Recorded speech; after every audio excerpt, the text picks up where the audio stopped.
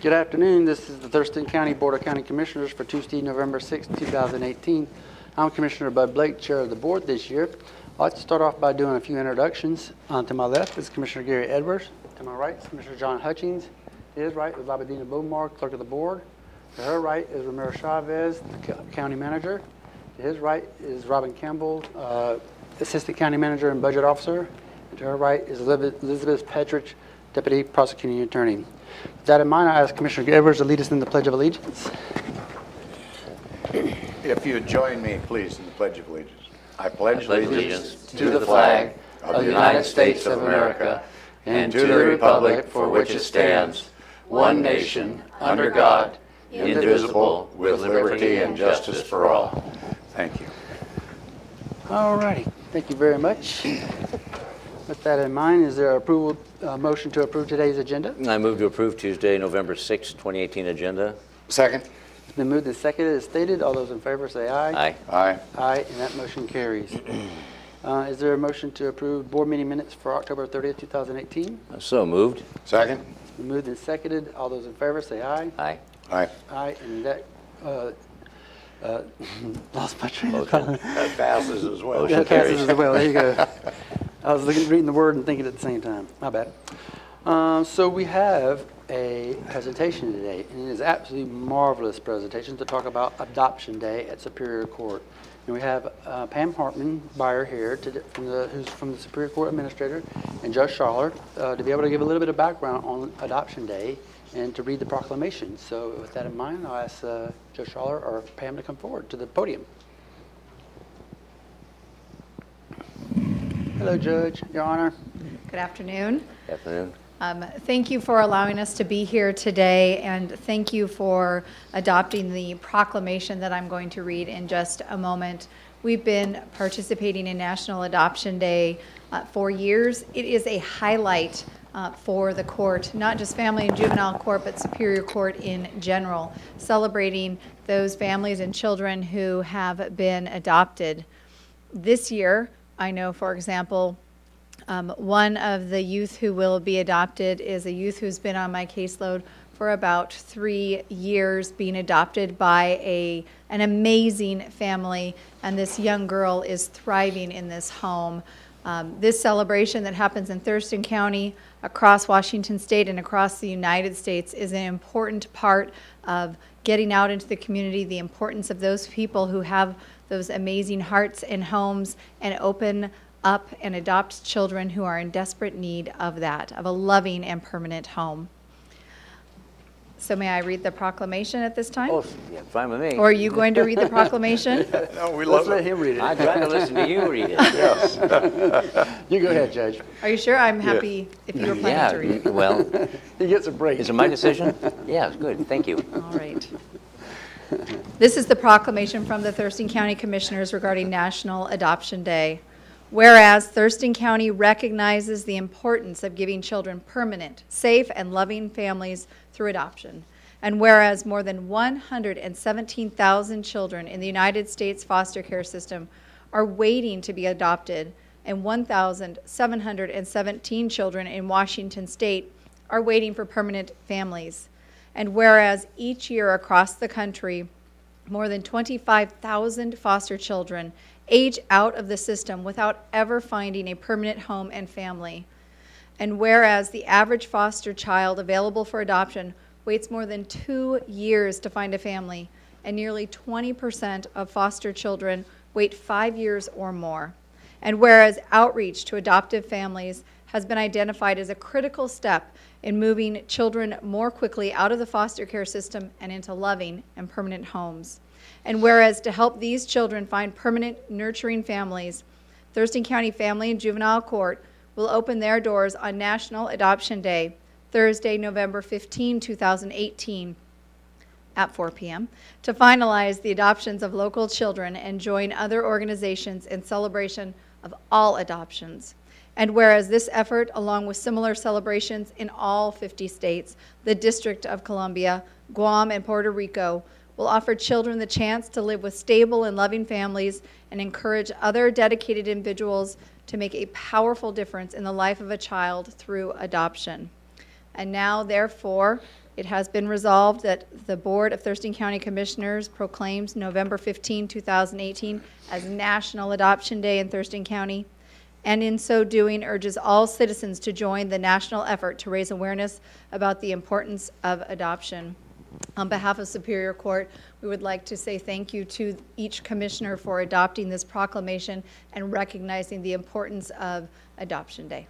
You bet, absolutely. Can you just do a favor and tell a little bit about how Adoption Day has happened, maybe in the general sense over the 4 years, how many people and who's involved and timelines and outcomes and that kind of stuff? So as it relates to the celebration itself, we normally have somewhere between 5 and 10 children who are adopted on National Adoption Day. It's different because most adoptions are confidential, and so we have families who are in agreement to come forward and have the adoptions happen in the open court. The adoptions are youth who have become legally free through the dependency system. The celebration here in Thurston County involves so many people coming together to make this happen. It is the court, it is the social workers who are involved. The Thurston County Bar Association is involved in helping us organize and actually helps with some of the funding issues associated with this celebration. We have community partners who come forward. Booker T. Bear is always there with books. Hands on Children Museum is often there with arts and crafts for the children as well. So it's a wonderful event. I hope that answered your question. As it relates to outcomes, we normally only see the positive side of these children who are so thrilled on Adoption Day because they may not understand, depending on how old they are, what it means. They know that it is a really exciting event for themselves and their families. Yeah, thank you for that background. Yeah, do you have a comment or question? I guess I would just like to say, oftentimes, I suppose you as the presiding judge get to see all those big hearts, I guess, exposed, if you will, because I think people that are willing to adopt a child, I just think they're a special type of person that's willing to provide their whole life to doing the right thing. And these folks in this room have heard me say before that, children are about 30% of our population, but they're 100% of our future. And I oftentimes think it's a mistake sometimes when we as a society try to keep children in their biological home when they're truly not loved, not wanted, but we try to make it work. And for those that adopt, that child is loved and wanted, and it's got to be such a wholesome feeling for them to be able to step into a completely new realm of reality, that they're a part of a family that loves them. So I'm glad you get to see a lot of that. I wish more people could see it. Well, I would say that National Adoption Day is a great way to see what you are describing, Commissioner Edwards. And as you might imagine, we don't see a lot of happy in Superior Court. And this is probably one of the best celebrations that we have all year, looking at the positive things that the court is involved in. I would echo what Commissioner Edwards says, that the couples that choose, and maybe they're not even just a couple, choose to adopt under a variety of circumstances, it's a beautiful, beautiful thing, very positive. And I just want to, is it open to the public, Judge? It is, and I would encourage, if you have it in your schedules, I know how busy you are, that you try and come and attend a portion of it, because it is truly wonderful, and we get to hear a little bit about the stories of each family and each child who is there celebrating their adoption that day. So it's a Thursday at 1600, 4 o'clock. Yes. In Superior Court. Family and Juvenile Court, yes. Oh, Family and Juvenile Court. Yes. Okay, in Tumwater. Yes. And we're coming back from a conference that day, but it looks like it might be back early enough. I would love to attend. I hope you can. Very, very cool, very touching. Yes. Thank you, Judge. Thank you, and thank you Pam. for allowing Thank us you. to be here today. I just got to say that I went 3 years. I wish I had gone last year, but for whatever reason, the calendar didn't allow me. But the third, when I went, oh my gosh, it was so overwhelming with human joy, human spirit. And it was about 8 to 10 families, if I recall, and it was on the larger number. And it was packed. The room was absolutely full to the gill. I had to stand in the doorway. That's cool with me, just to be able to see there and be able to participate in viewing that, to see how this all comes together to take care of our children. And I thank you immensely, and Pam and the entire staff that makes this come together, because it's refreshing to see the goodness of life happen before your eyes. So thank you so much. Thank you. Thank you. Oh, the, Oh, we want a photo. yeah, where are you going? Yeah. Thank you. Come on up, Pam. Liz, you want part of this? Make Pam come up, No? Judge. Come on, make You her come just up. stand right here in the middle. With this? There you go. And put Pam over there. There you go. Ding-ding-ding. All righty. Thank you, guys. Thank you very much. Thank you. Anytime. Thank you.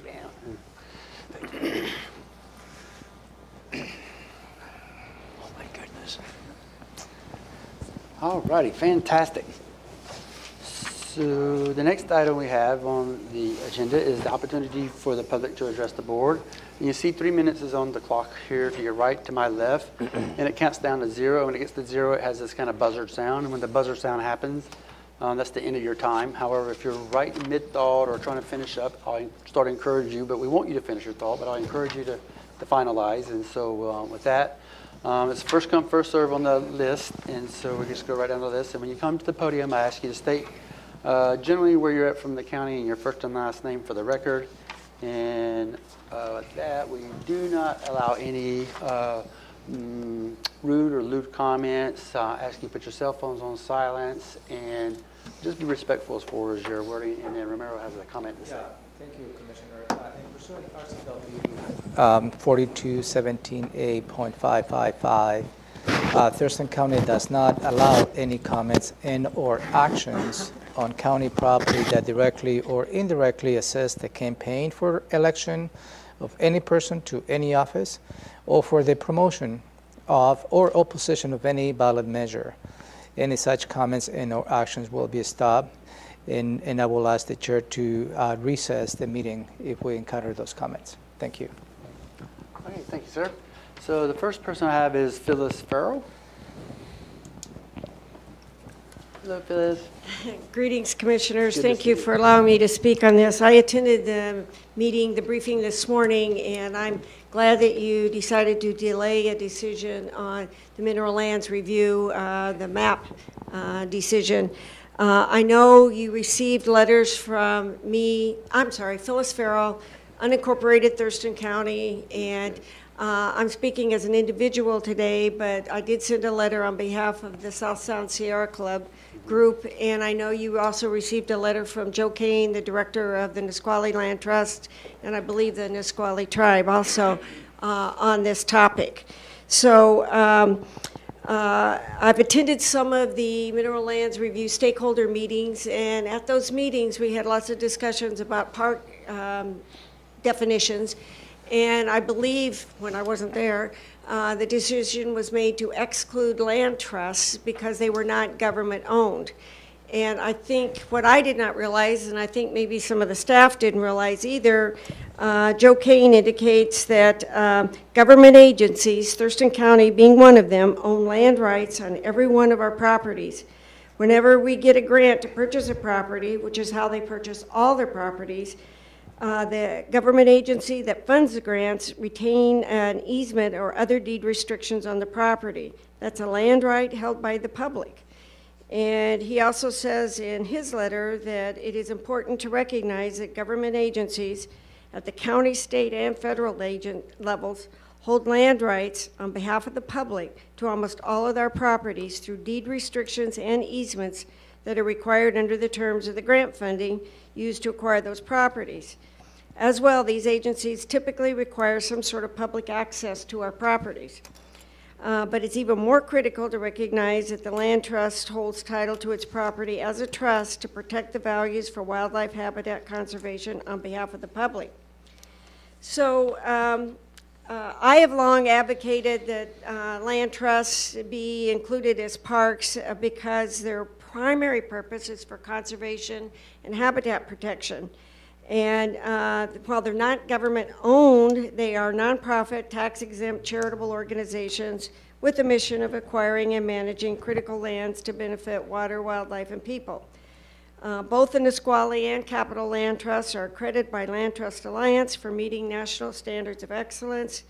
And I believe that we would head off a whole lot of potential problems with ESA or the tribes if these lands were included as part of the parks. And therefore, the maps that you were presented with this morning did not include those land trusts or reservation properties in those, calculations. So I urge you to have the staff incorporate land trust properties and reservations in the map options that you're going to consider. That'll change everything. So. Great. I would ask you, can you leave that, what you have there written with Romero? I'd like to have part of the comments for myself. Okay, I think it's all, they're all in the letters that I Okay, good. submitted, through Joe Kane's letter and then the letter that I submitted. Perfect. So, Thank you so much. All righty. Seeing there's no one else that signed in, I'll just look out to the audience and see if there's anybody by a show of hand would like to come to the podium to speak. And seeing no one, we'll move on. So the next item we have is the county manager's update, and I'll turn to Romero and ask him if he has an update. I don't have any updates for you today, Commissioners. Okay, great. So item number 3 is consent items, and so we have consent items A through G, and I'll ask if there's a motion to approve consent items listed. Mr. Chair, I move to approve the voucher list for the consent items A through G. Second? It's been moved and seconded to approve consent items A through G. All those in favor say aye. Aye. Aye. Aye, and that motion carries. So we'll move into department items, which is item number 4, and we have the treasurer. The treasurer is Jeff Gadman, and he's here to talk about a little bit of background on setting a public hearing to amend Thurston County Code 2.105, disposal of tax title property. Is that correct, sir? Here he comes to the podium. It is. Thank you. Jeff Gadman, County Treasurer, Thurston County. So tax title property is property that has gone through the tax foreclosure process and received no bids, and it falls into, the county gets it in trust for all the taxing districts. But the property is also not taxable while it's held in trust. So it's very advantageous if we could take that property listed as tax title property and sell it to a member of the public and get it back onto the tax rolls so that it's generating income for the taxing districts. There's been several different methods of managing the tax title property tried in Thurston County. I'm proposing that we move the management of these properties into the county treasurer's office. And to do that, there will be a code amendment, but we need to have a public hearing. You need to have a public hearing. So I'm asking you to set a public hearing for November 27th, which will deal with Thurston County Code 2.105, disposal of tax title property, moving the administration of that property into my office. I am prepared to fully absorb the administration of these properties with no further commitment on the commissioners or budgetary part. Any comments or questions? Yeah, and it sounds like the end result could be revenue coming into the county by disposing of those properties that are otherwise deemed basically worthless. Is that right? That's my goal. Thank you, sir.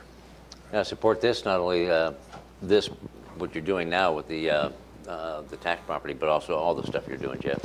Doing a great job. Thank you very much. Sure. Is there a motion to approve? I move to set a public hearing for November 27, 2018 at 3 p.m. at the Thurston County Courthouse, Building 1, Room 280, or as soon thereafter as the matter may be heard, to receive public comment on amending Thurston County Code 2.105, disposal of tax title property, giving the Thurston County Treasurer the authority to manage tax title property. Second. It's been moved and seconded as stated. All those in favor say aye. Aye. Aye. Aye, and that motion carries. Thank you very much, sir. So next we'll move on to item number 5, which is Public Works. And this is a resolution and call for sealed bids for the Delphi Road Upgrade Phase 3, 62nd Avenue Southwest, the 32nd Avenue Southwest, project number 61451. And we have Mr. Steve Johnson to give us a little bit of background from the staff. How you doing, Steve? Doing well, thanks. I am Steve Johnson, Senior Civil Engineer with Thurston County Public Works, and I'm here to present the resolution and call for sealed bids for the Delphi Road project, Upgrade Phase 3. This project provides for road improvements to Delphi Road Southwest between 62nd Avenue and just south of 32nd Avenue.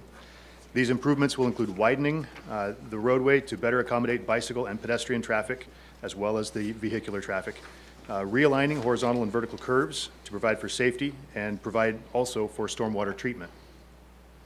The estimated $2,736,000 construction cost will be funded partially through state rural arterial program funds in the amount of $1,766,000, the remaining coming from the county road fund.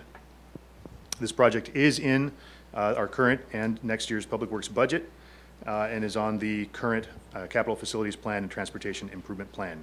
This project is in alignment with the county's strategic plan and Initiative 7 and Initiative 8. Initiative 7 being balancing the environment with preservation of county's rural character, natural areas, and open spaces, and Initiative 8 being support robust and well-maintained infrastructure systems for a thriving community. Do you have any questions? Questions? No, I don't. Thank you, Steve. I don't, Steve, no, thank you. Is there a motion to approve? Mr. Chair, I move to approve the resolution calling for sealed bids and authorize the county engineer to set the bid date and time for receipt and opening of said bids for the construction of the Delphi Road Upgrade Phase 3, 62nd Avenue Southwest to 32nd Avenue Southwest, project number 61451. Second. It's been moved and seconded as stated. All those in favor say aye. Aye. Aye. Aye, and your motion carries. Thank you very much. You bet. So now we move on to item number 6, which is the Community Planning and Economic Development Department. And we have a public setting hearing for annual update of Chapter 6 of the Thurston County Comprehensive Plan, the 2018 to 2023 Capital Facilities Plan. And we have Christine Chaput.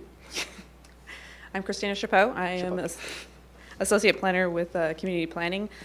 The Capital Facilities Plan is a plan that defines the county's goals, policies, and objectives, as well as outlines the 6-year strategy to provide facilities needed to keep pace with the county's population growth over the plan period, to maintain or implement the level of service standards described in the Capital Facilities Plan, and clearly identify potential funding sources.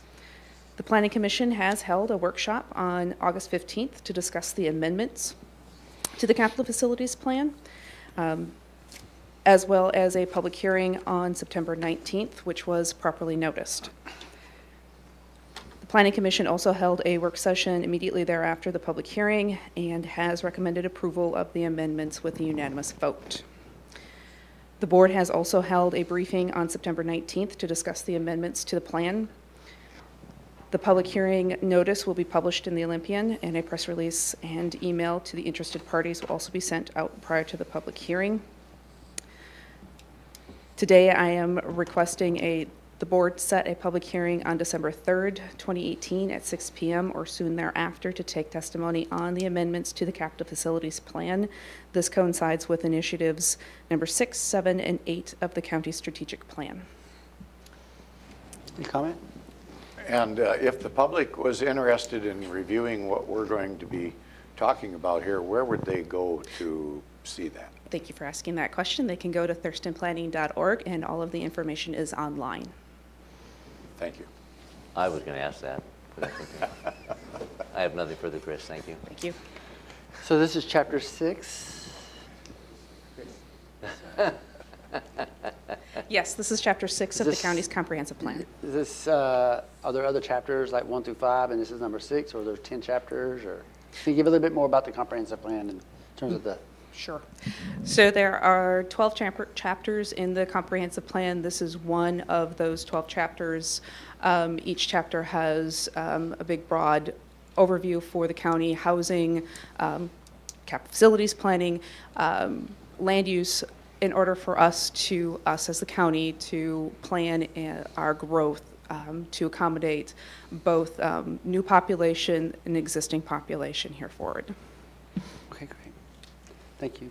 Is there a motion to approve? And thanks for the work you do, too. Oh, my God, you're awesome, yeah. Yes, move to set a public hearing for Monday, December 3rd, 2018 at 6 p.m. or as soon thereafter as the matter may be heard at the Thurston County Courthouse, Building 1, in room 280 to receive public comment on the update to Chapter 6 of the Thurston County Comprehensive Plan, the Capital Facilities Plan, and the 2019 to 2024 Capital Improvement Program. Second. It's been moved and seconded as stated. All those in favor say aye. Aye. All right. Aye, and so your motion carries. 6B, and under the Community Planning and Economic Development, is the final consideration renewal of interim marijuana regulations ordinance number 14944 as amended. And Mr. Jerry Davis is at the podium. He's a senior planner staffer to give us a little bit of background on this. Good afternoon, Chair Blake, Commissioners. Jeremy Davis, Community Planning, Economic Development. Yeah, as Chair Blake indicated, today I'm here to request the Board approve a renewal ordinance which would renew the current interim marijuana regulations for state licensed producers, processors, and retailers in Thurston County. We're not proposing any changes to the zoning ordinance regulations at this time.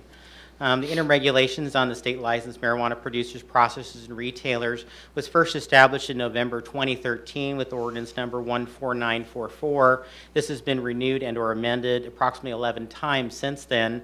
And as you remember, back in 2013, we did allow marijuana producers, processors, and retailers in a much wider area of the county, such as the rural residential 1 per 5 zones. And of course, since then, we've restricted it down to commercial and industrial zones.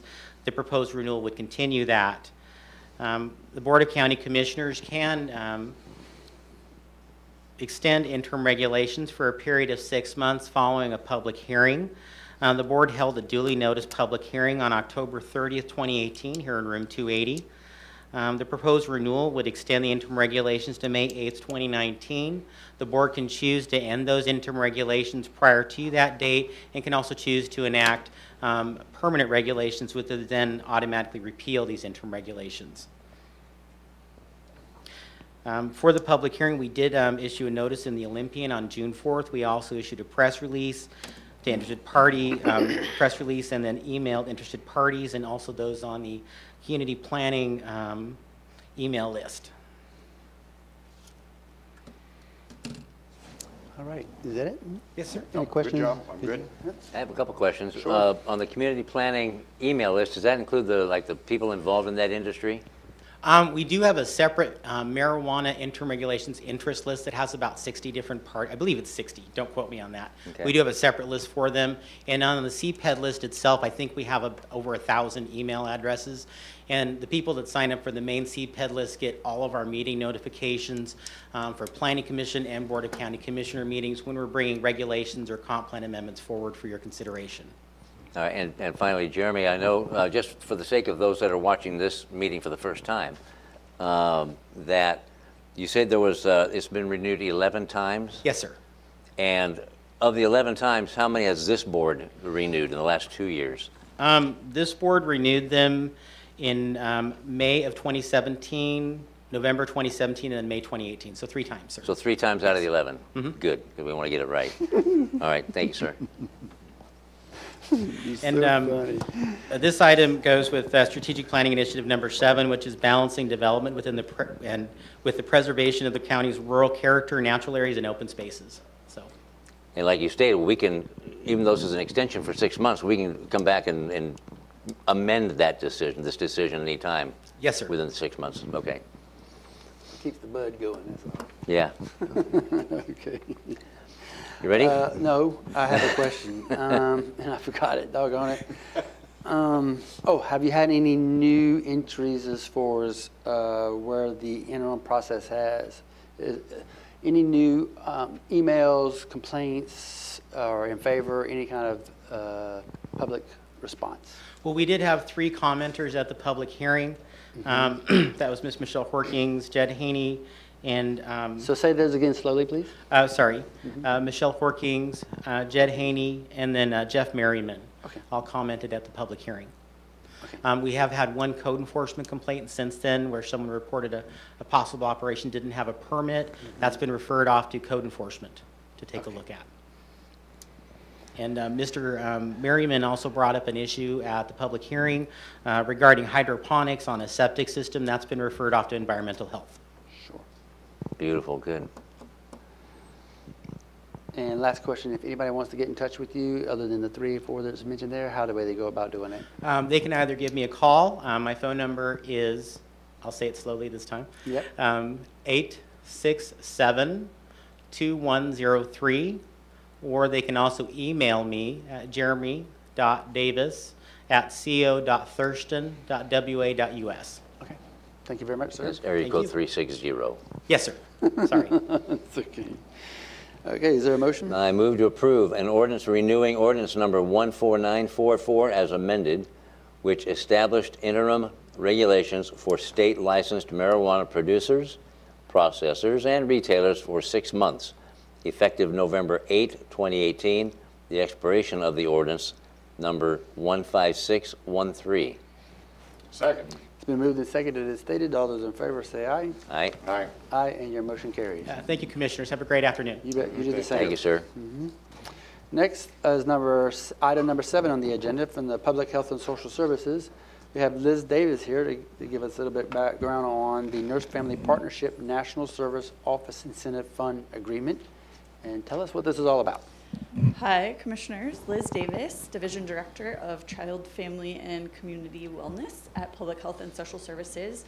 Earlier this year, our Nurse Family Partnership Program received a competitive grant award from the National Service Office of Nurse Family Partnership, and I believe it was one of 3 in the country. Very exciting, and a credit to our nurses and all of the great work that they do.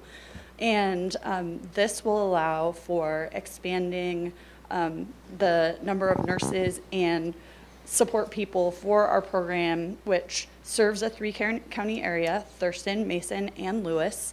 And the goal is for us to add 2 nurses in Thurston, 1 in Mason, and 1 in Lewis.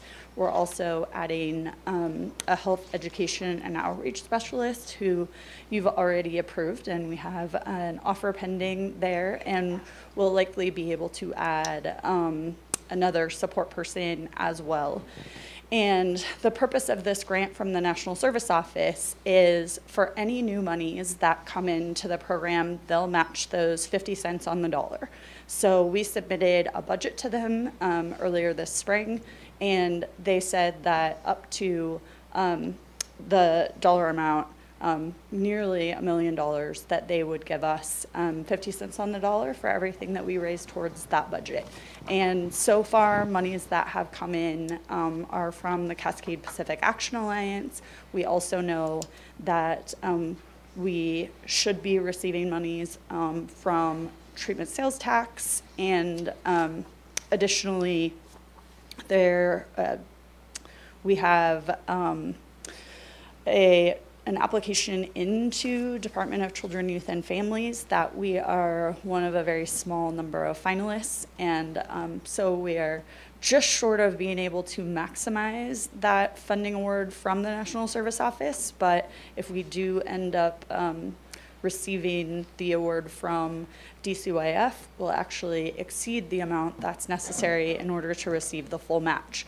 But National Service Office, based on the amount that we've already raised, is willing to have us sign the contract, and as soon as we do that, they will issue the first payment.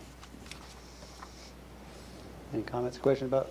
I do. Having Yes. been out on a site visit with the nurses, it's heartwarming to see them interact with usually a young mother, and they're trying to better their life for themselves and for their child.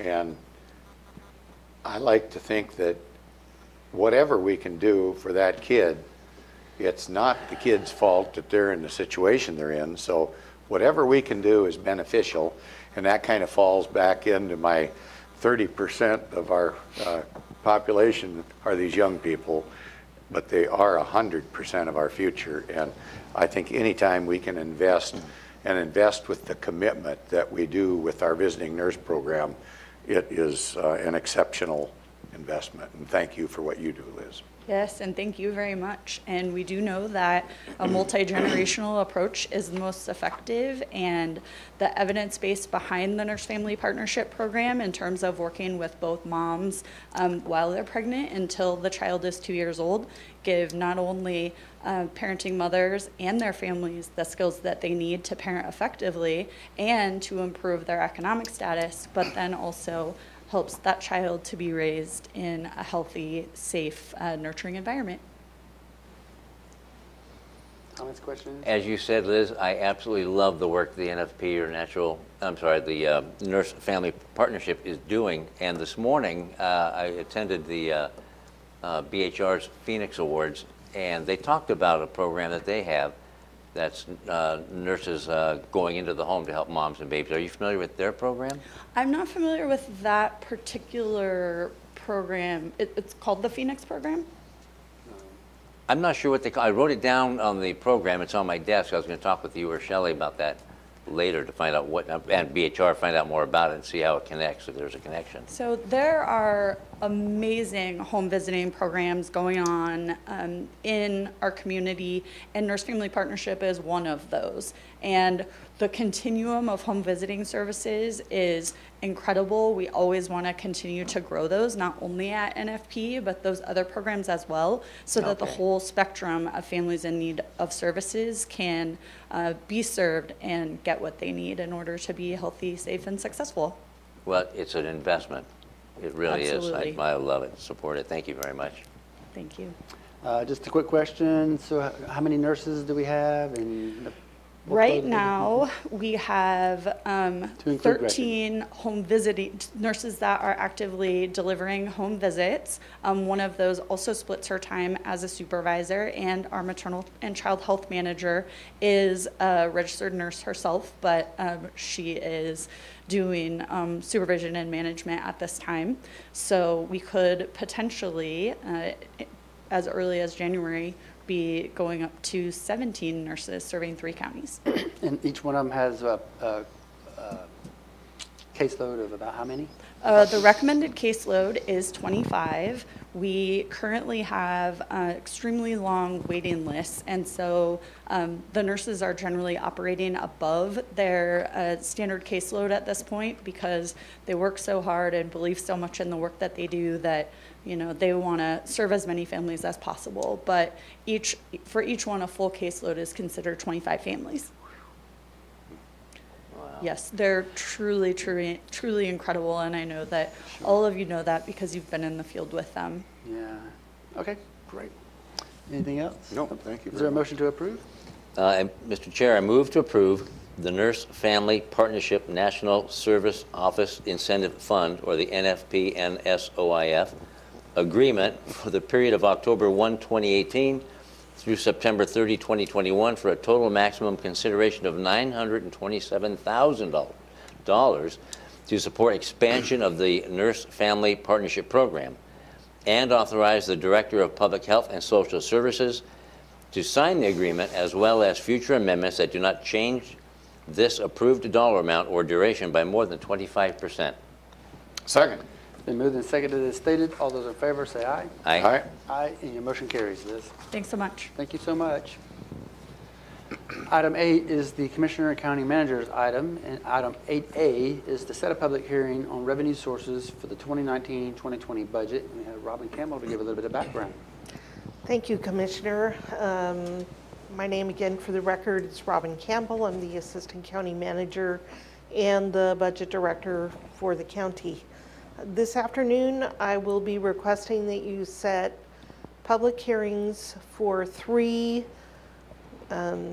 functions related to the budget, 3 hearings on the budget this year and the upcoming biennium.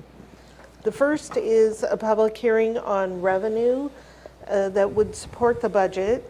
RCW 8455-120 requires that on or before November 30, the board hold public hearings on all revenue sources that will support the upcoming budget, and that includes property tax levies. And the law also requires that the board adopt and certify the property tax levy on or before November 30th. So I am requesting that you set a public hearing on revenue to support the budget on November 27th at 3 o'clock, or as soon thereafter as may be heard, here in this room. We will publish the details that support this public hearing at least 2 weeks in advance of the hearing. That's November 13th. We're not quite finished yet putting the documents together, but we will have them available. We'll publish them in the newspaper of record as well as on our website. And the revenue increases, just a preview for anyone watching, there are proposals for utility rate increases for our water and sewer utilities. There is a proposed increase to the stormwater assessment. There's a proposed increase for on-site septic and laboratory fees in public health. And there is a proposal for a transportation benefit district fee. So all of those will be discussed at the public hearing on November 27th. Any comments or questions? And where would the public find additional information on this if they were interested? So we will have information published on November 13th on our website, and people are welcome to look at that or call me or any of the budget staff here at the county. Okay, could you give us a phone number, Robin? Sure, my number is 360-709-3063. Thank you very much. And you have more work to do. You're still on this before the public hearing. So we are refining the documents at this time. The board's made preliminary decisions regarding the budget at the end of last week. In fact, you made one just this morning. So staff are making sure that everything is correct in the documents that we'll be publishing. And once those are ready to go, we'll put them online. You must be, you and your staff, very grateful that you have an extra hour as of the end of daylight savings time, an extra hour to get all this stuff done. We put that hour to good use. Thank you. No, nothing further. For the general public comment of this on revenue sources in the whole process, tell why it's important now and how it relates to things that we've talked about in general in the past and where we think we're going here up to 14 December. So, the revenue sources specifically. Right. So the revenue source hearing is just one step in adopting the budget. The board has made preliminary decisions about the budget. You'll hold the public hearing on revenue that will support that budget and adopt a levy increase, should you so desire to do so, by the end of this month. Then the next step is a public hearing, which I'll be asking you to set in a moment for the overall budget on December 3rd and 4th. We'll hold those for hearings. The board will consider all of the testimony that you receive, both verbal, written, emails, however people would like to give us their comments. You'll consider all of that on December 5th and 6th. In final deliberation, and then adopt a budget for next biennium on December 14th. Okay, thank you so much. Is there a motion to approve? So for 8A, I move to set a public hearing for November 27th, 2018 at 3 p.m. or as soon thereafter as the matter may be heard at the Thurston County Courthouse, Building 1, Room 280, on revenue sources for the 2019-2020 budget. Second. It's been moved and seconded as stated. All those in favor say aye. Aye. Aye. Aye, and that motion carries. Next, we'll move on to 8B, which is set a public hearing for budget amendment number 7 of the 2017-2018 biennium budget. So earlier was 2019-2020. Now this is back the other direction on the calendar, 2017-2018, but the last step of that budget process. That's right. That's right. Thank you, Commissioner. So for a moment, we're going to shift gears and think about the current fiscal year And the RCW 3640-100 allows the Board of County Commissioners to make adjustments to the current budget for unanticipated receipts, emergencies, and technical corrections. You have a few of those things going on in this proposed amendment. The total amendment is a revenue increase in the general fund of $663,000, an expenditure increase of $846,000. Other funds, the total revenue increase is $1.2 million, and expenditures increase by about $4 million. The vast majority of this is a technical change, as we have identified additional costs that are incurred by treatment sales tax programs that have been charged to the general fund. So there are a lot of technical entries to be able to charge those costs to the treatment sales tax program instead of general fund. That creates quite a few of these changes. Other highlights, if you will, in this budget, there is a request from the Sheriff's Office to cover costs incurred by overtime, and there is a request from Public Defense to cover additional costs incurred by extraordinary cases. Those are death penalty cases. So quite a bit of the increase in expenditures are from those two sources.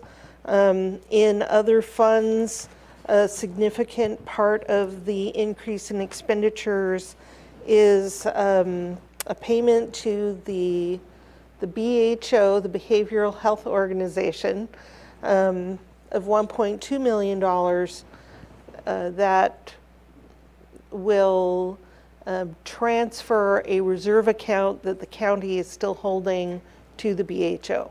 So those are some pretty big pieces that are moving. Everything else are small grants that the county has received for a wide variety of purposes, and a few technical adjustments. We'll go over all of that at the public hearing, which I ask you to set on, also on Tuesday, November 27th at 3 o'clock. Enough hours then evening? Oh, heck no. Just maybe to let the public know, how many public hearings are we going to have on the 27th? I believe there are 7. Okay. So I don't think we if they added want the to see a 8th. full spectrum of activities 7. that we deal with, maybe they could come.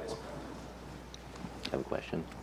Now, Robin, is the Office of Public Defense and the TCSO, those issues you raised, are they considered an emergency or a technical correction? So that's a very good question, Commissioner. I would consider them an emergent need because these are situations that we could not have anticipated at the beginning of the biennium. The caseload has grown for public defense. The sheriff has had to cover shifts through overtime. There's no way we could have anticipated those additional costs. So you're in a position right now to need to cover that authority. So I would term it an emergent need. Emergent need. Got it. Thank you very much. Or life. Yeah. Is there a motion? I move to approve a resolution setting a public hearing for November 27, 2018 at 3 p.m. or as soon thereafter as the matter may be heard at the Thurston County Courthouse, Building 1 in Room 280 to receive public comment on Budget Amendment Number 7 of the 2017-2018 biennial budget. Second. It's been moved and seconded as stated. All those in favor say aye. Aye. Aye, and that motion carries. Great. So 8C is another public hearing on the 2019-2020 county budget, but this one's got a little different flavor to it in terms of where we're at in the future budget coming up. and it's on December 3rd, 2018, but I'll let you talk to it a little bit. Yes, thank you. Once again, looking forward at the county's 2019-2020 budget, I'm requesting that you set public hearings on the new budget in accordance with RCW 364001 or 071, which requires that the board hold a public hearing beginning on the first Monday in December. That will be December 3rd. And the law goes on to say that hearings should be continued on consecutive days for not more than 5 days until all sections of the budget have been heard. So the practice of Thurston County is to hear the budgets over a 2-day period, and the public is invited to come, comment, and ask questions. And any questions they ask, the official for the budget that they have the question about will be present and prepared to answer any questions that citizens ask. So this is a little different than other public hearings in that we will have the question and answer period. The schedule for the hearings on Monday, December 3rd, the budget hearing on law and justice will be at 1:30, and then at 4 o'clock on Monday, December 3rd, the budget hearing will be on general government. At 6 o'clock, you'll have your capital facilities plan public hearing, as you said earlier this afternoon. And then at 6:15, you'll hold a budget hearing on any part of the budget that the public would like to comment on. On Tuesday, December 4th, the hearings will be, 1:30 will be on transportation, environment, and land use. Then at 4 o'clock, the budget hearing will be on health and human services. And then again, an evening hearing for people who can't come during the day at 6:30 on any part of the budget. So it's a 2-day period. It'll cover all sections of the county budget. It's laid out in a way that people know when to come if they have interest in a specific part of the budget, but you'll also have overviews in the evening. Any comments or questions? No. No, thank you very much. Very comprehensive. Is there a motion? I move to set public hearings to receive comment on the preliminary 2019-2020 Thurston County budget on December 3rd, 2018 at 1:30 p.m., 4 o'clock p.m., and 6 p.m. And on December 4, 2018 at 1:30 p.m., 4 o'clock p.m., and 6:30 p.m., or as soon thereafter as the matter may be heard at the Thurston County Courthouse, Building 1, Room 280. Second. It's been moved and seconded as stated. All those in favor say aye. Aye. Aye. Aye, and that motion carries. Thank you very much, Commissioners. I would also just mention once again that all of the documents on the ensuing biennial budget will be published and available on Monday, November 19th. Okay, great. Great, thank you. So we're at the 8D, where commissioners speak out or speak to any of the work assignments or committees or anything they saw in the community they'd like to talk about or upcoming issues. And I'll turn to Commissioner Edwards and see if he has anything Nope, to want say. to keep it really reasonably short here. Water quality and Capitol Lake and the cleanup thereof that's coming down the pike for us and other citizens to deal with. Okay, great. Well, in the interest of using more time, last week I was a guest speaker at St. Martin's University in an environmental studies program for undergraduates, and they wanted to know about all the environmental type issues we deal with at the county level. And that actually turned from about 30 to 45 minutes. They kept talking and asking absolutely brilliant questions. I was very impressed. They went an hour. But very engaged young people and getting engaged not only in the environment but also politically. It was very interesting. Attended the ribbon cutting ceremony at Hunter Point Fish Passage Project on Steamboat Island last week with the Squaxin tribe, and that was just an eye-opener to see the before picture and the after picture of the fish passage. and I know they were moved. Squaxin were moved.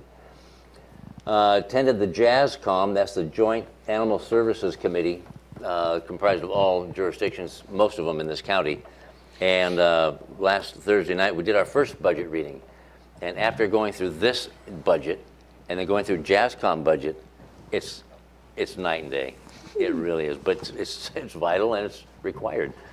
But boy, that gave me a lot of, this has given me a lot of education and experience in dealing with budget at a smaller level. And this morning I attended, as I mentioned earlier, the Behavioral Health Resources Phoenix Award breakfast held at Indian Summer. And it is awarding, they awarded about 8 or so awards to people who have risen from the ashes with a host of behavioral type issues. There was a 10-year-old girl that was there who had issues. And for a 10-year-old, one of the most biggest feared things is talking in public. And she spoke in front of a group of a couple hundred people. And she was poised but tearful, and she reduced the room to tears. A little 10-year-old. It was just, it was so cool.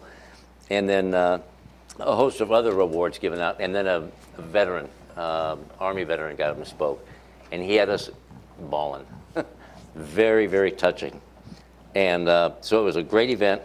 And this is also for BHR, but also a nonprofit for veterans that are taking care of veterans aside from the Services Hub out in Lacey. That was rewarding, a great way to start a morning. That's it. Okay, great. So I have 2 items of interest. Last week I was able to go to the Black Hills High School and was a guest speaker among many of the guest speakers that are coming throughout the year. One of the teacher there, they want to mention her name, but she has civic classes during homeroom instead of this time of year, especially when elections or changing of government could happen. She has one from a city, one from a park, from a county, and a state legislator, and a couple others. But I thought it was absolutely great to go back to the days of having civic classes and civic discussions, and especially around the 9th, 10th, 11th grade, where some of the young minds are molding to become some of our future leaders. But you'd be super surprised at some of the questions they came up with and some of the answers. But I just found it rewarding to be able to, in the midst of all the things you hear nationally, locally, whatever, as far as this side, that side. If you ever want to find out where you need to be in life, the reality check is to go back to either middle school or high school and ask them what their future, what they want to be, and then come out of that with a refreshing thought about what you need to be doing to help them get there. And I thought that was absolutely fantastic. Aside with that, Thurston Thrives Housing Action Team is one of my favorite committees to sit on. We are in the middle of setting our priorities in terms of some of the funding that's coming around the corner. And so with the 5-year budget, 5-year plan set in place that we've adopted about 4 or 5 months ago, it makes it a whole lot easier in terms of the prioritizations. Nonetheless, we have our meetings on the 14th of November at 9:30. It's open to the public. More than welcome to come and listen in or participate wherever you sit, for the government, a developer, and or a nonprofit. But that's looking really good as far as the shape of the Housing Action Team and under a Thurston Thrives umbrella. So with that in mind, I'll turn to the county manager, see what he has to say. Thank you, Commissioners. Just a reminder, next week's Board of County Commissioners, which was scheduled for November 13th, has been canceled. So the next Board of County Commissioners will be held on Tuesday, November 20th.